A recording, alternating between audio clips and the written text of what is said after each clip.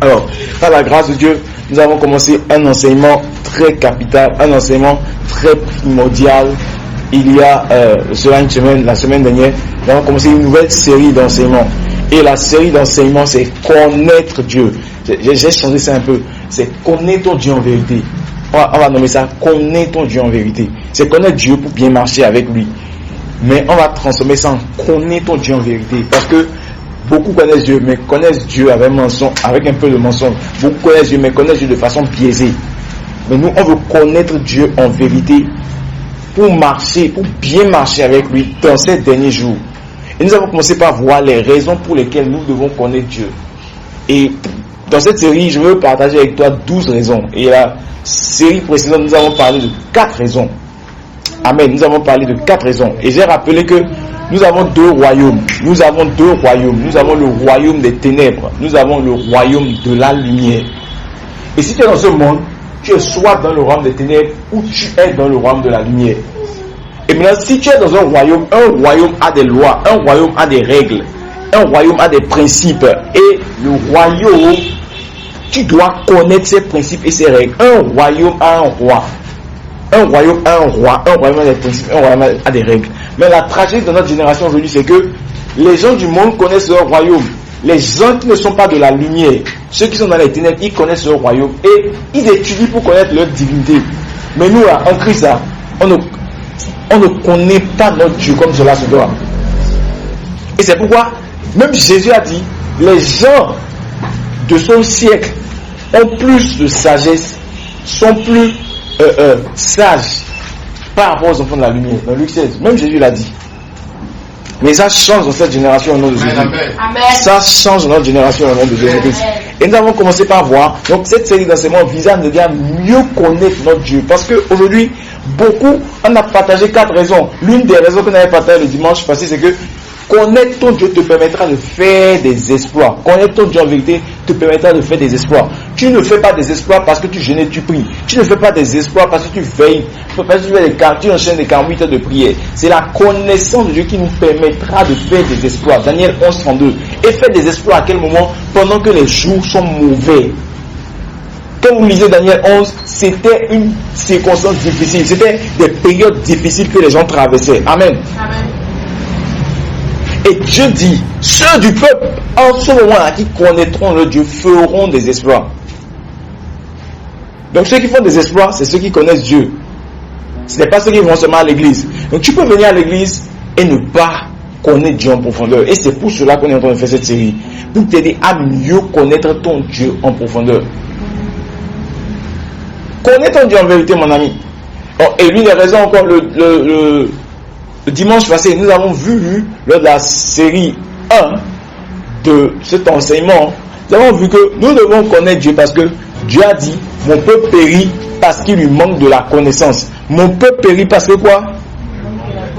Mon peuple périt, il ne périt pas parce qu'il ne va pas à l'église. Il peut aller à l'église, mais s'il n'a pas la connaissance, il va périr. Et Dieu a dit que c'est son peuple qui périt. C'est pas un autre peuple, son peuple. Donc je les reconnais comme mon peuple, mais ils périssent.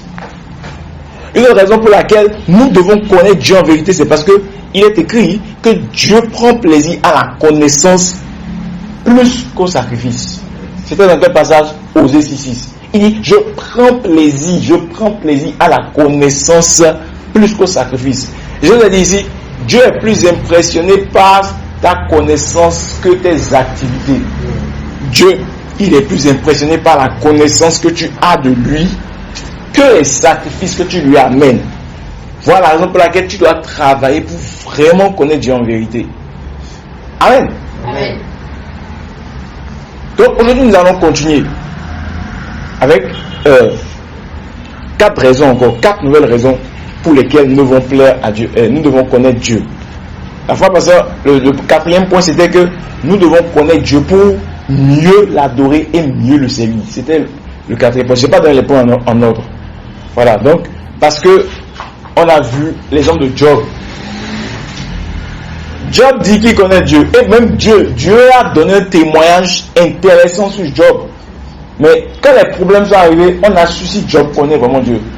Et je disais que, la fois passée, que c'est au milieu des épreuves, c'est au milieu de certaines circonstances difficiles qu'on reconnaît vraiment ceux qui connaissent Dieu. Donc les épreuves, les circonstances difficiles viennent pour révéler ceux qui connaissent Dieu.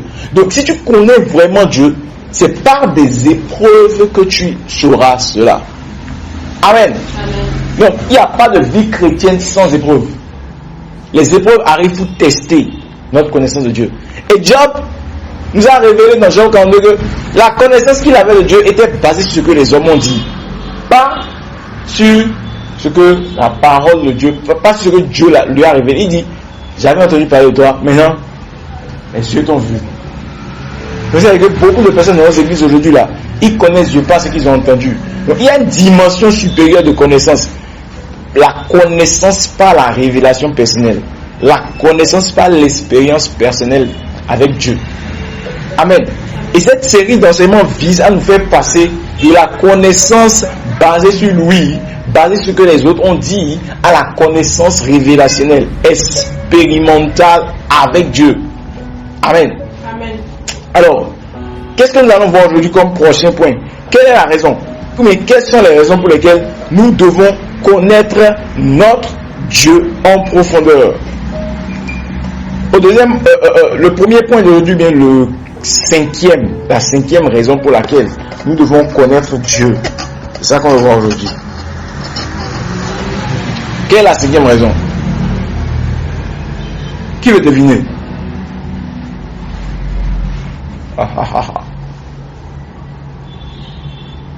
La cinquième raison se trouve dans Jean 8, versets 30 à 32. Lisons rapidement avant que je ne vous donne la raison. Jean 8, 30 à 32. Pourquoi nous devons connaître Dieu? Vite. Dépêchons-nous. À revoir. Oui, si tu as trouvé, vas-y. Tandis que Jésus parlait ainsi, beaucoup crurent en lui. Pendant que Jésus parlait ainsi, beaucoup crurent en lui, oui. Jésus dit alors aux Juifs qui avaient cru en lui. Jésus dit à qui? Aux Juifs qui avaient cru en lui. Aux païens? Non. Aux incroyants? Non. À qui? À ceux qui avaient cru en lui. Continue. Si vous restez fidèles à mes paroles. Si vous restez fidèles à mes paroles, et dans ma version, ça dit si vous demeurez dans ma parole, continue. Vous êtes vraiment mes disciples. Si vous demeurez dans ma parole, vous êtes vraiment mes disciples.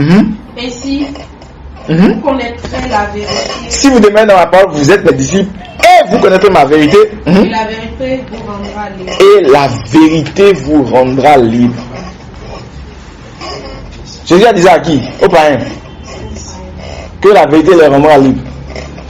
La connaissance de la vérité les rendra libres. Donc, nous devons connaître Dieu. Pourquoi? Parce que tu peux expérimenter, tu ne peux pas expérimenter une liberté profonde si la connaissance de Dieu n'accompagne pas ta foi. Autrement dit, si tu as la foi en Jésus et que cela n'est pas accompagné par la connaissance approfondie, il y a un degré de liberté que tu ne vas pas expérimenter. Miséricorde. Je dis bien, tu peux aller à l'église. Parce que Jésus parlait ici à qui? Jésus parlait à ceux qui l'avaient suivi. Jésus parlait à ceux qui ont cru en lui. Donc c'est des gens qui ont déjà la foi en Jésus. Donc on suppose que c'est des gens qui vont déjà à l'église. Et Jésus leur dit quoi? Vous connaîtrez la vérité et la vérité vous affranchira. Que nous révèle ce passage?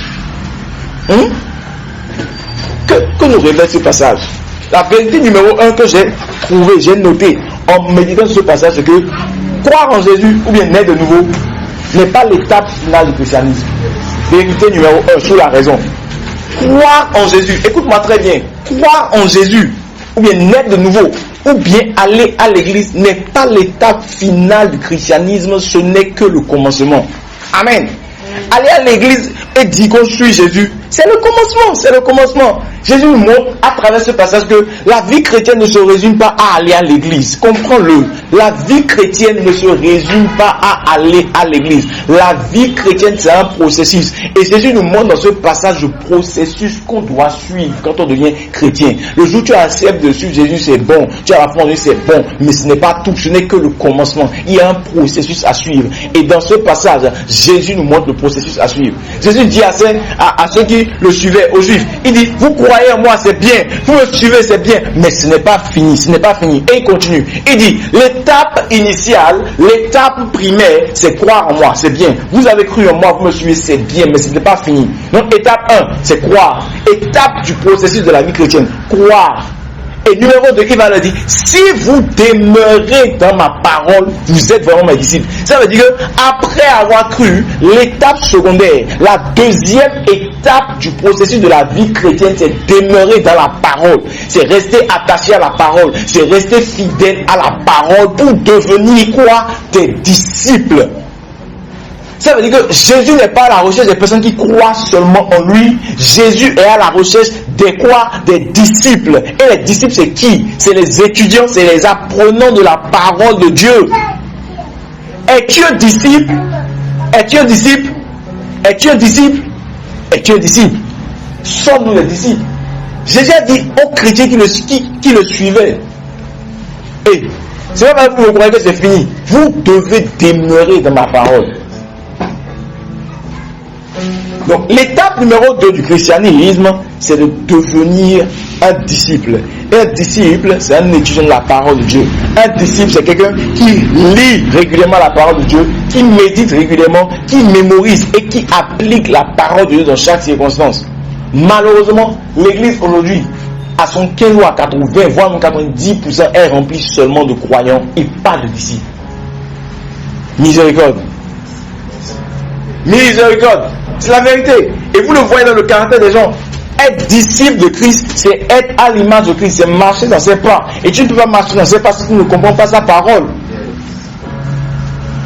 Donc Jésus ne cherche pas seulement des croyants. Si tu es croyant, mon ami, ma soeur, mon frère, mes amis, si tu es seulement croyant, passe à l'état de disciple. Mais je déclare que dans cette assemblée, nous sommes des disciples au nom de Jésus. Amen. Je déclare que dans cette assemblée, nous sommes des disciples. Tu es un disciple. Je suis un disciple. Le Saint-Esprit nous aide à rester de bons disciples. Amen. Et ensuite, étape 1, croire en Jésus. Étape 2, devenir disciple en demeurant dans la parole.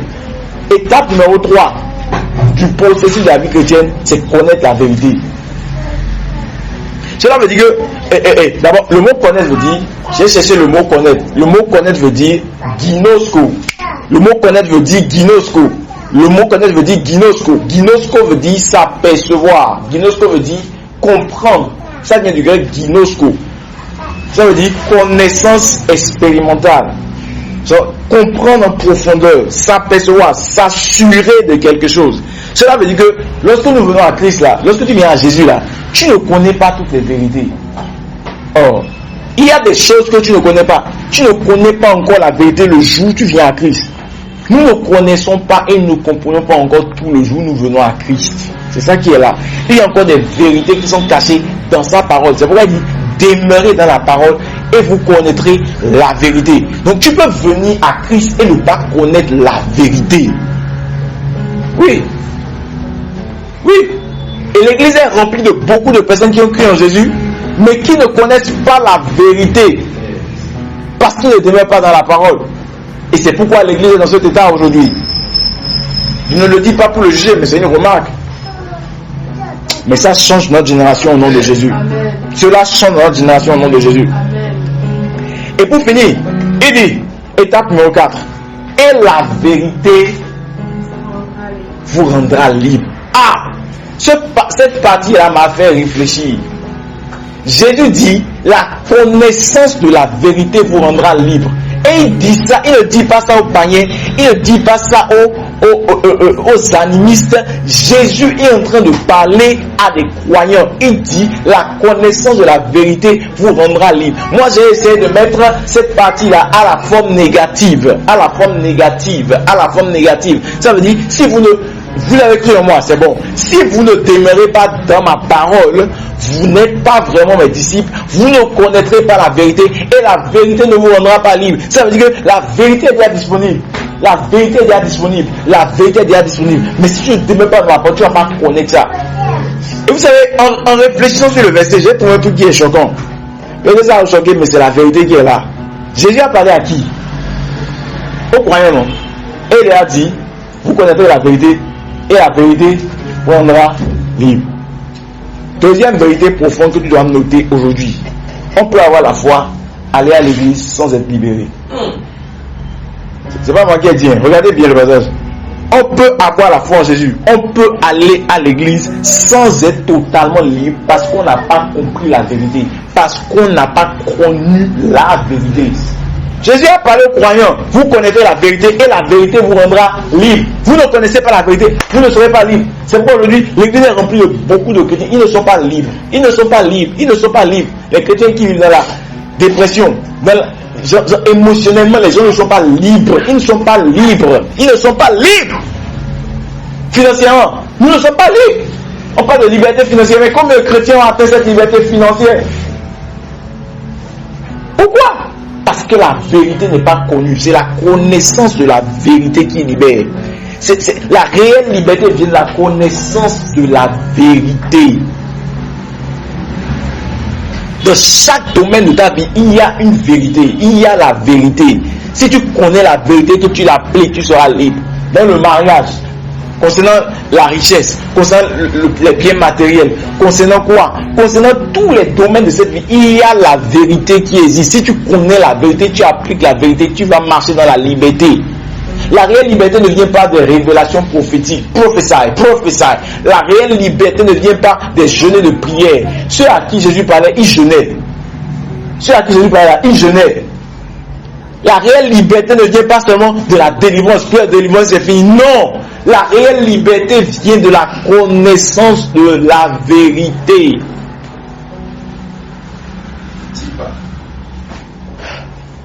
La liberté ne vient pas seulement de l'argent. Beaucoup de personnes pensent que si j'ai l'argent là, oh, c'est fini. Allez demander à ceux qui ont l'argent s'ils sont libres. Allez demander aux stars, à ces stars qui ont l'argent. Regarde, genre, tu n'as pas besoin d'être prophète pour savoir que quelqu'un n'est pas libre. Quand tu vois quelqu'un sortir, il a l'argent, il a toutes les voitures. Et il sort avec des grosses chaînes qui pèsent encore sur lui. Est-ce que ça besoin d'être libre? Donc souvent, moi je me pose des questions. Mais tu as l'argent. Tu vois des gens, ils ont l'argent, ils ont des followers, ils ont la gloire. Normalement, ils devraient être libres, non? Ah, j'ai l'argent? Non, l'argent n'a suit pas la liberté. Oh. J'aimerais le répéter encore. Ce n'est pas l'argent qui te rend libre. Tu ne connais pas des gens qui ont l'argent qui se sont déprimés? Des gens qui ont l'argent qui se sont suicidés, qui se sont pendus. Ça veut dire que ce n'est pas l'argent qui rend libre. Quand tu auras l'argent, tu vas comprendre ce qu'on est en train de dire. Souvent, même là, quand tu n'as pas le Seigneur, tu n'as pas Christ, c'est quand tu as beaucoup d'argent que tu commences pas d'avoir peur qu'on te vole, mais qu'on te détruise. Tu commences pas à chercher des voies et moyens pour te faire protéger. Pourquoi? L'argent ne rend pas libre. C'est pas l'argent qui rend libre, c'est la connaissance de la vérité qui rend libre. Amen. Tu vois les gens qui ont l'argent, il y a tout l'argent qu'il te faut, mais tu te drogues encore. Tu fumes et chicha. Parce que tu trouves le plaisir. Le plaisir là, c'est parce qu'il y a une satisfaction du cœur que tu n'as pas. Il y a une liberté du cœur que tu n'as pas. Donc tu vas chercher ça dans la drogue, tu vas chercher ça dans le chicha, tu vas chercher ça dans quoi? Dans la masturbation. Tu cherches le plaisir là-bas. Mais après, ça, le vide est toujours là. Pourquoi? Parce que c'est la vérité qui rend libre. Ce n'est pas l'argent, ce n'est pas les choses de ce monde qui rend libre. Si tu comprends ça, tu vas chercher à connaître la vérité.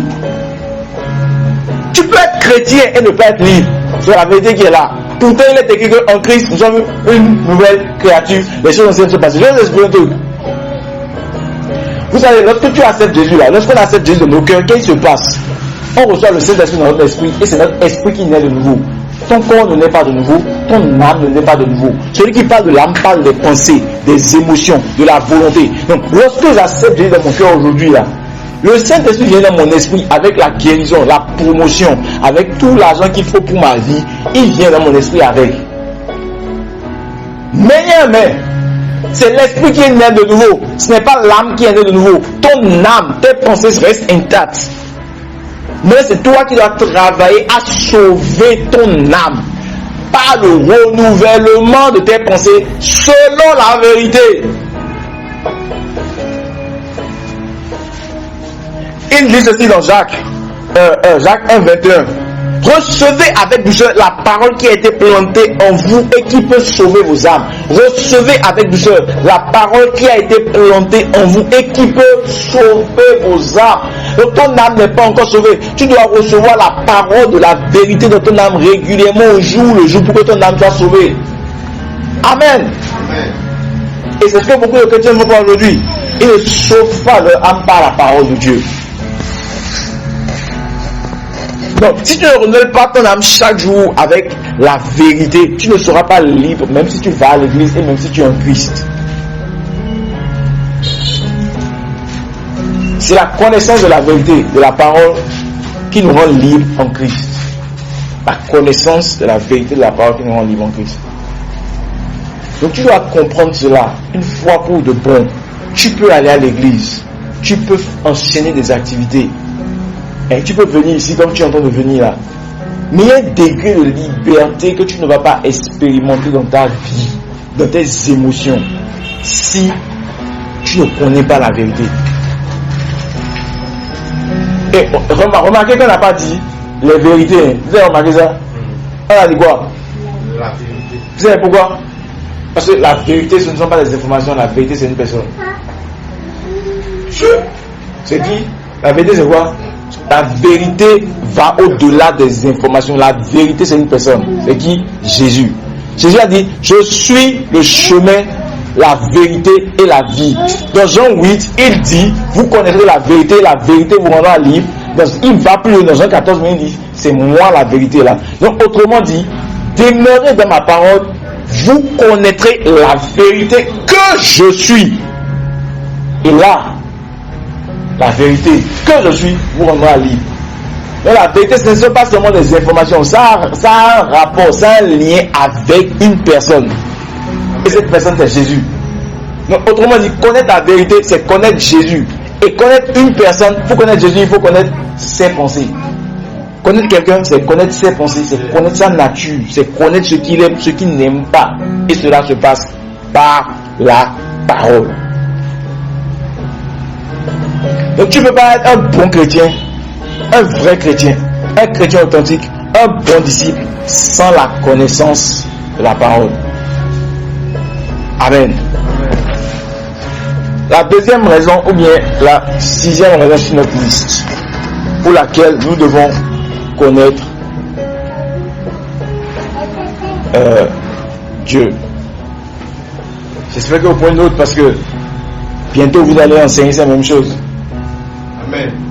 Oui, il faut prendre note et après réfléchir dessus parce que vous allez enseigner la même chose quelque part un jour. Amen. Raison numéro 6. 2 Pierre 1:3.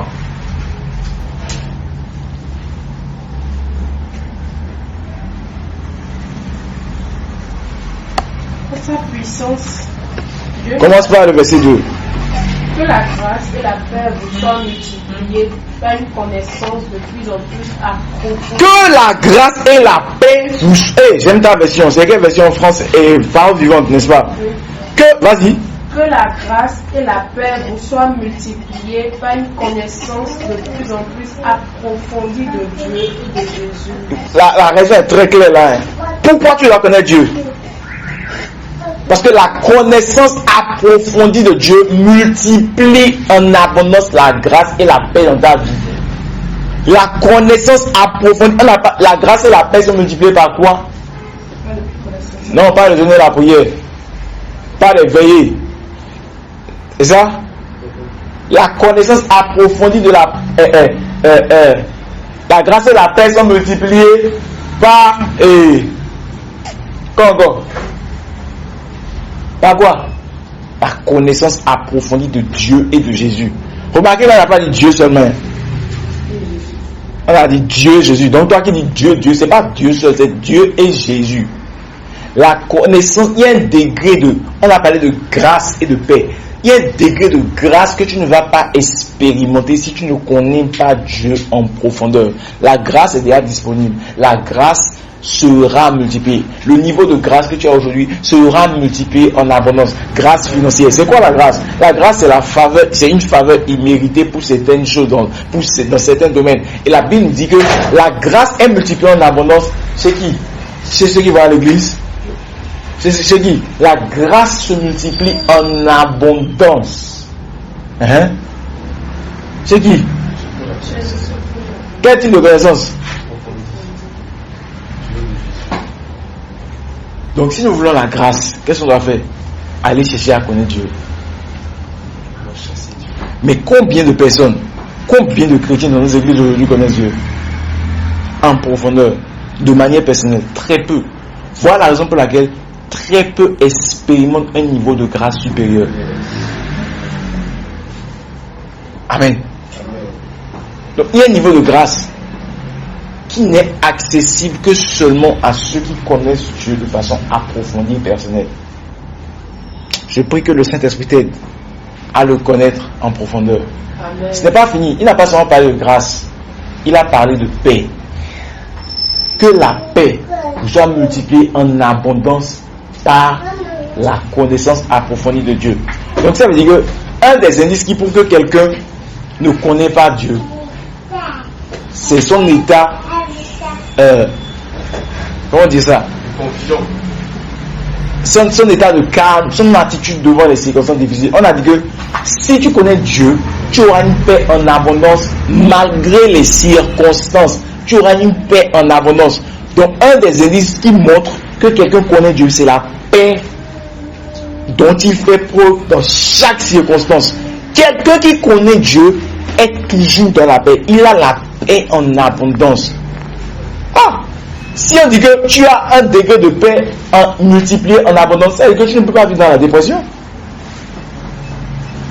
Frère, la raison pour laquelle beaucoup de chrétiens sombrent dans la dépression, beaucoup de chrétiens sombrent avec leur complexe d'infériorité, c'est parce que nous n'avons pas connu Dieu en profondeur, de manière approfondie. Oui, il y aura des moments où nous serons abattus, mais aller jusqu'à la dépression, que la dépression nous détruise et nous tue, ça veut dire qu'il y a un degré de connaissance, il y a un degré d'expérience spirituelle et personnelle que nous n'avons pas eu avec notre Dieu, avec Jésus.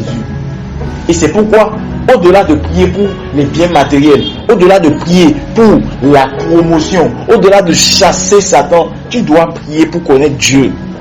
Tu dois faire de la connaissance de Dieu une de tes requêtes primordiales et principales. Et c'est même à ça que l'église est appelée. En réalité, l'église devait nous amener, quand on vient à l'église, c'est pour apprendre à connaître Dieu. C'est pour apprendre à connaître Jésus. C'est pas seulement pour chasser Satan. Regardez les trucs de la Bible. Regardez les premiers disciples. Vous n'allez pas voir trop d'endroits où tous les gens sont en train de chasser Satan. Pas que c'est pas bon. Il faut chasser Satan. Il faut résister au diable. C'est écrit. Mais on passe plus de temps à enseigner sur Dieu que la sorcellerie. On passe plus de temps dans la parole de Dieu, dans les premières églises. On passe plus de temps à enseigner sur Dieu, sur Jésus, que les bénédictions, les bénédictions, les bénédictions, les promotions par-ci, par-là, chasser les sorciers, tuer les ennemis. On passe plus de temps à enseigner sur Dieu. Parce que si tu connais Dieu, il y a un degré de paix, de grâce que tu vas manifester que Satan ne pourra même pas aider. Satan ne pourra même pas arrêter. Mais, unfortunately, malheureusement, très peu de chrétiens connaissent Dieu. Et aujourd'hui, je vais dire ça comme ça, mais on a l'impression que très peu d'enseignements dans nos églises amènent à connaître Dieu personnellement. Ça, c'est mon point de vue. Je ne sais pas ce que vous en pensez. C'est mon point de vue. Je ne dis pas que c'est ça. C'est mon point de vue, c'est ma remarque. On a l'impression que les enseignements de nos jours, parce que la Bible dit dans Ephésiens 4, le verset 11 à 13, que les apôtres, les prophètes, les enseignants, les docteurs, les évangélistes, ils ont été donnés. Pourquoi? Pour le perfectionnement des saints. Pour que nous puissions tous parvenir à la connaissance du Fils. À la connaissance de qui? Du Fils. Mais très peu d'enseignements aujourd'hui nous amènent à connaître le Fils. C'est pourquoi toi, tu dois travailler pour connaître. Toi, tu dois chercher à connaître. Voir des enseignements qui te rapprochent de lui, qui t'aident à le connaître en profondeur. Amen. Ensuite, troisième raison.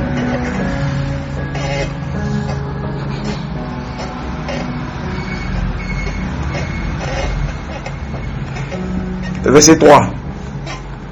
Toujours de pied. Oui. À sa puissance, Dieu vous a donné tout ce qu'il faut pour accéder à la vie véritable et pour vivre dans l'attachement à Dieu. En effet... Non, juste le verset 3. Je veux une autre version. Dans sa puissance, Dieu nous a donné tout ce qu'il faut vivre en lui restant fidèle. Dieu nous a donné tout ce qu'il faut pour vivre en lui restant fidèle. En effet, il nous a fait connaître. Non, c'est le verset 3 qui m'intéresse. Oui, c'est le 3. Ici, ça me... Ah, ok, en effet, voilà, en effet, ok, vas-y. En effet, il nous a fait connaître celui qui nous a appelés à participer à sa gloire et à sa bonté. Ce verset dit qu'on t'a appelé à participer à la gloire. Toi, tu as déjà participé à combien? Hey, participant de la gloire. Il nous a appelé à participer. Bon, c'est pas le sujet de mon message. 2 Pierre 1:3. Sa divine puissance nous a donné tout ce qui est nécessaire à la vie et à la piété. Ça, c'est Louis II. À la vie. C'est à quel temps? Sa divine puissance nous a donné. Est-ce qu'elle nous donnera? C'est-à-dire que tout ce qu'il te faut, c'est déjà en toi. On dit sa divine puissance, c'est le Saint-Esprit. On dit que par sa divine puissance, il nous a donné tout ce qui contribue à la vie. Il nous a déjà tout donné. Il n'y a plus rien de nouveau que Dieu va te donner.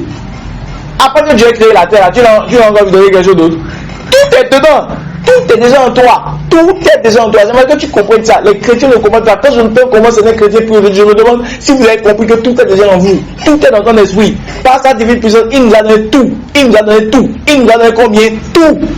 Tout veut dire la guérison. Tout veut dire la promotion. Tout veut dire la richesse. Tout veut dire tout. Tout veut dire tout. Tout veut dire tout. On dit que il t'a tout donné.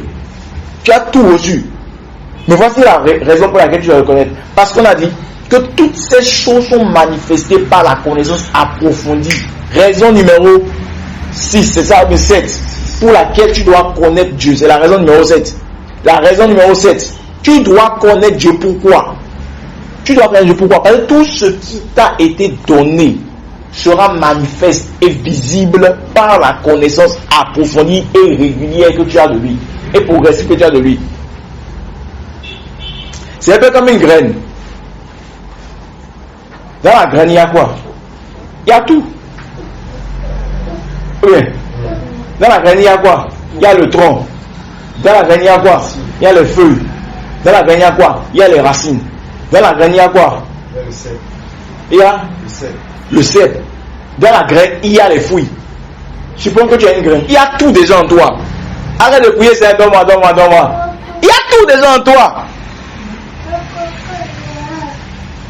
Il y a tout déjà en toi. J'aimerais que tu le programmes. Il y a tout déjà en moi. Dieu a tout mis dans mon esprit. Lorsque je suis né de nouveau, le Saint-Esprit est venu dans mon esprit. Avec tout ce qu'il me faut dans cette vie. Et cela se manifeste par la connaissance approfondie que j'ai de Dieu. La graine là, est-ce que je n'ai pris pour que la graine sorte des fruits? Hein? Est-ce que il y a une parallèle entre le monde spirituel et le monde naturel. Il y a toujours une parallèle entre le monde spirituel et le monde naturel. La graine là, pour qu'elle porte du fruit là, il faut qu'elle soit mise à la lumière, qu'elle soit plantée, qu'elle soit semée.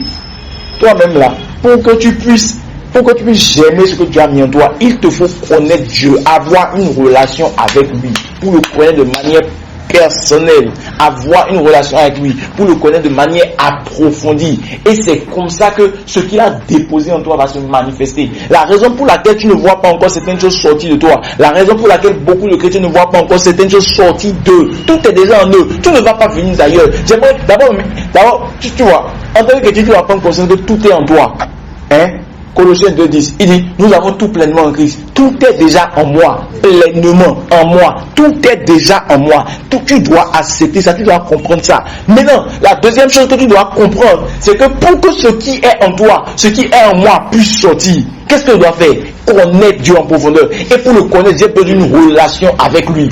J'ai besoin d'une relation avec lui. J'ai besoin de m'immerger dans sa présence, de passer des heures dans sa présence, comme la graine passe du temps dans le sol avant de commencer par sortir. Amen. C'est un peu comme le soleil. Le soleil est déjà là. Tu vas encore prier pour que le soleil sorte? Tu n'as jamais prié pour que le soleil sorte? Non.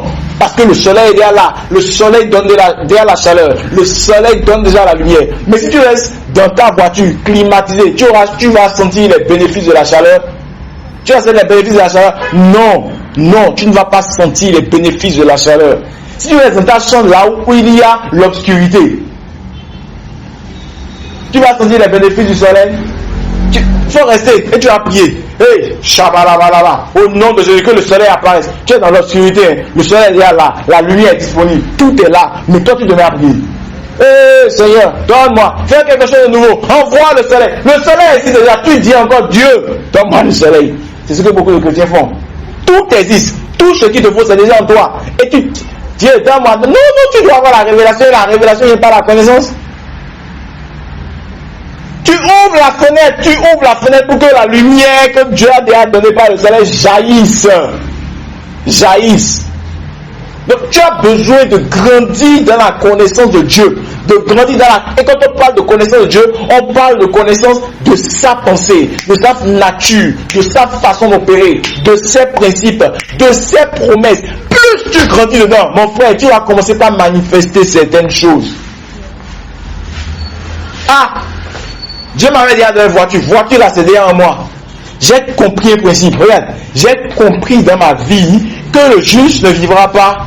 Mon juste vivra par la foi. C'est le principe là que j'ai compris.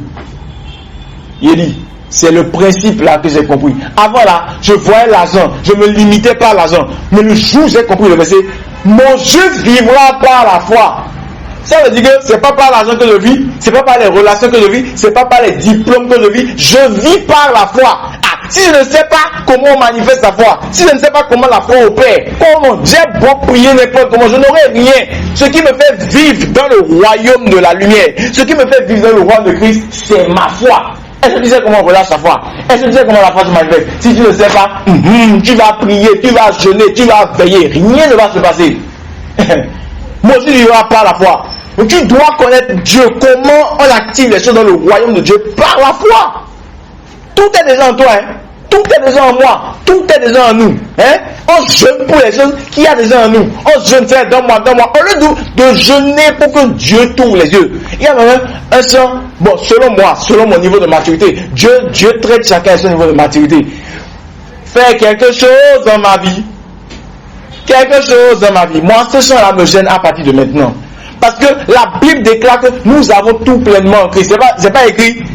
Éphésiens 1:3 dit, nous avons été bénis de toutes sortes de bénédictions dans les lieux célestes en Christ. On a dit ça? Oui. 2 Pierre 1:3, par sa divine puissance, il nous a donné tout ce qui contribue à notre vie.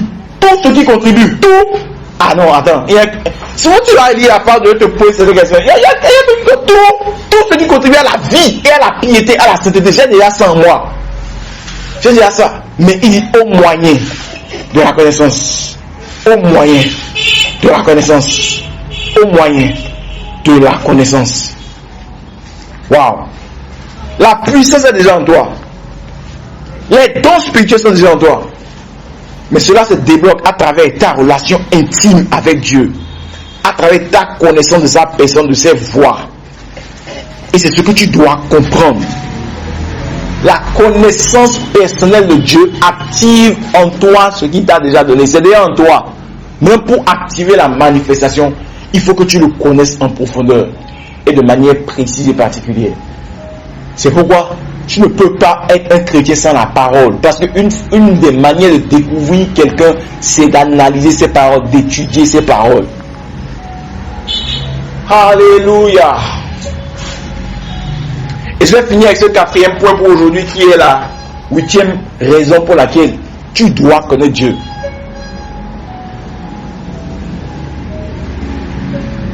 Jérémie 9,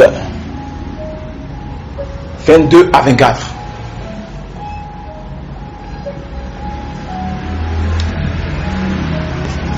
Vite. Ainsi parle l'Éternel. Oui. Les cadavres des hommes tomberont comme du fumier sur les champs. Bon, verset 23. Ainsi parle l'Éternel.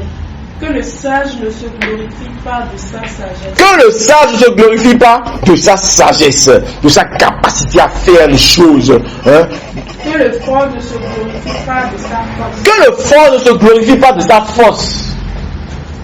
Continue. Que le riche ne se glorifie pas de sa richesse. Que le riche ne se glorifie pas de sa richesse.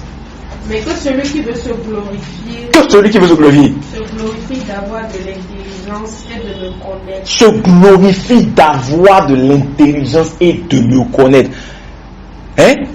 se glorifie, tu dois connaître Dieu, parce que le seul sujet pour lequel Dieu te demande de se glorifier, c'est la connaissance que tu as de lui. Le seul endroit là où Dieu dit tu peux te glorifier, c'est glorifier de me connaître. Mais aujourd'hui, combien de chrétiens peuvent se glorifier et dire je connais Dieu?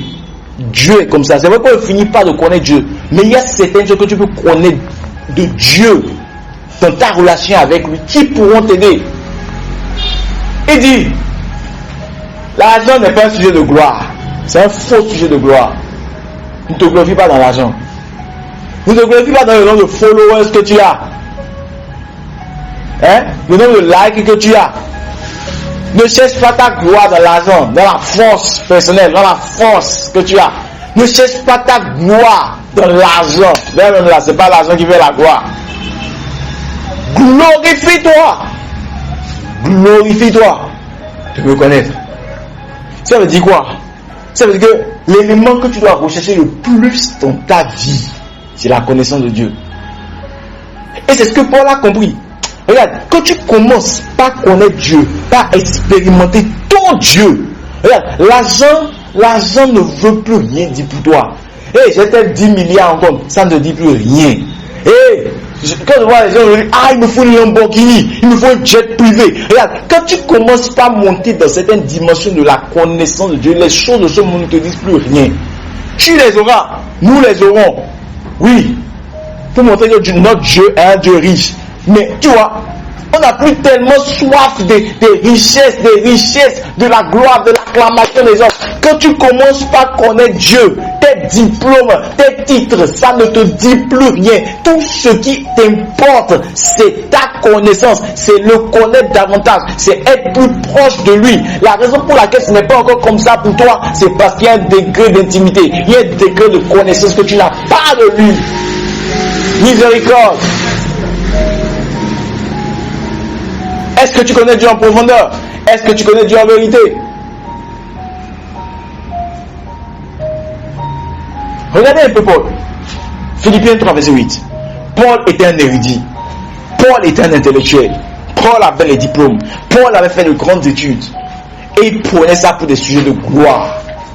Paul prenait ça pour des sujets de gloire. Ouais, il était fier de ça. Mais lorsqu'il a commencé par connaître Dieu en profondeur, lorsqu'il a commencé par découvrir qui est le Seigneur, regarde, il a dit, je regarde ces choses comme de la boue. On y va, Philippiens 3. Et je considère même toutes choses comme une perte en comparaison de ce bien suprême. Tout ce que j'ai eu par le passé, dans 1 à 6, il parle de ce qu'il a eu, de ses titres, de ses mérites, tout ça là. Et il dit, je considère tout ça là comme une perte face à ce bien suprême. Quel bien suprême? Je vais même plus loin. Oui. Tout me semble une perte en comparaison du privilège inestimable d'avoir pu reconnaître en Jésus-Christ mon Seigneur. Reprends encore ça. Tout me semble une perte. Tout me semble une perte. En comparaison du privilège inestimable d'avoir pu reconnaître Jésus-Christ mon Seigneur. Ta version dit quoi? Ces choses qui étaient pour moi des gains, je les ai regardées comme une perte. Les choses qui étaient pour moi des gains, la gloire, la force, et tel nombre de voitures, tel nombre de maisons, tel nombre tout ça là, j'ai regardé ça comme une perte. C'est pas que je n'aurais pas ça, j'ai ça. Mais c'est plus ça qui a de la valeur pour moi. Et même, je regarde toutes choses comme une perte à cause de l'excellence de la connaissance de Jésus. Je regarde toutes choses comme une perte à cause de l'excellence de la connaissance de Jésus-Christ. À cause de la... regarde, si tu connais Jésus, si tu es en intimité avec lui, il y a des choses de ce monde qui vont plus te déprimer. La raison pour laquelle, je ne dis pas ça pour juger, mais pour critiquer, mais la raison pour laquelle nous sombrons dans la dépression, souvent, c'est parce qu'il y a un degré de connaissance de lui, de sa pensée et de ses promesses que nous ne connaissons pas, que nous n'avons pas. La raison pour laquelle tu vas perdre l'argent, ça va détruire ta joie. Tu vas perdre quelque chose et rapidement tu vas laisser ça détruire ta journée, détruire ta vie, détruire tes émotions. C'est parce que tu n'as pas encore découvert l'excellence de la connaissance de Jésus.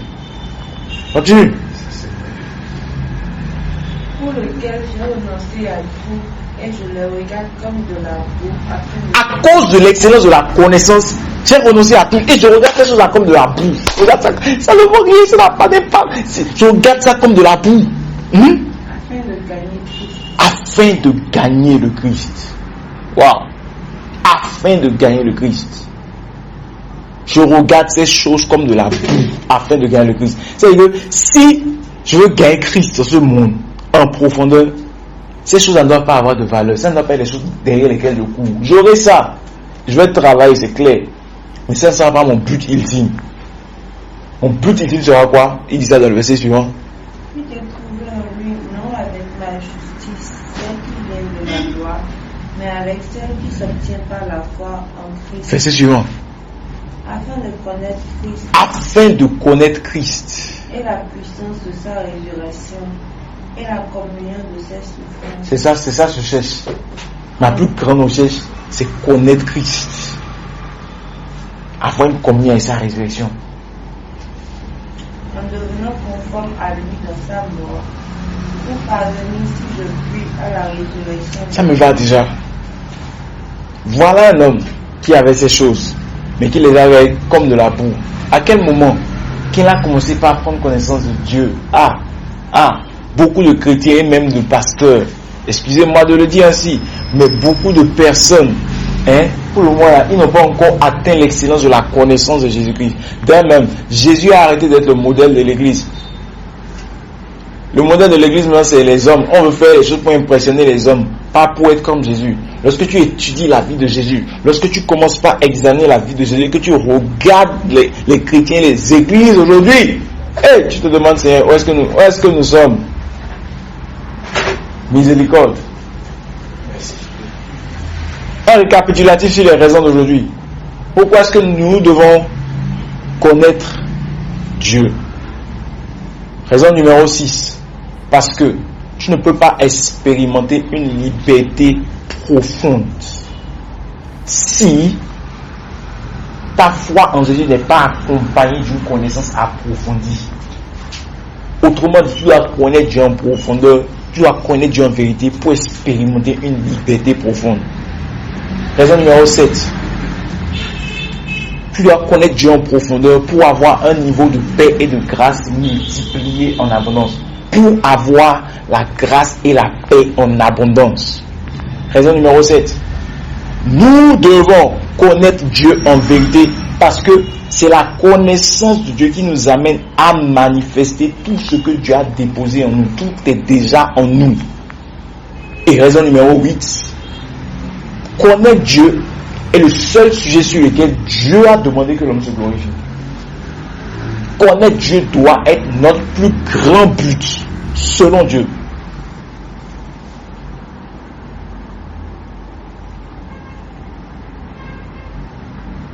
Et si tu comprends ces points, tu vas prier tous les jours. C'est aide-moi à te connaître. Parce qu'on ne connaît pas Dieu en un seul jour. La connaissance de Dieu est progressive.